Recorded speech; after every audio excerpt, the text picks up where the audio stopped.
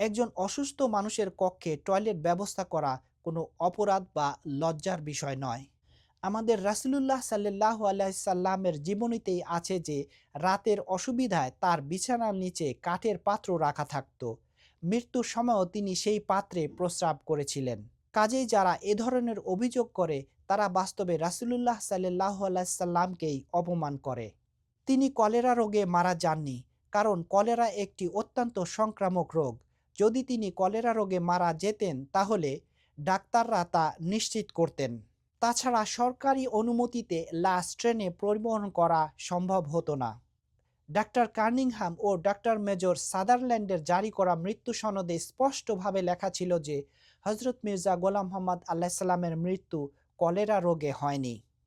সব প্রমাণ, সমস্ত সাক্ষ্য এবং ডজনের বেশি প্রত্যক্ষদর্শীর বর্ণনা পরিষ্কার প্রমাণ করে হজরত মির্জা গোলাম মোহাম্মদ আলাইসাল্লাম স্বাভাবিকভাবে আল্লাহর স্মরণে পরিবারের সামনে ইন্তেকাল করেছেন। কলেরা, টয়লেট বা অপমানজনক মৃত্যুর সব অভিযোগই সম্পূর্ণ ভুয়া। সবকিছু শত্রুদের মিথ্যা প্রচার ছাড়া আর কিছুই নয়।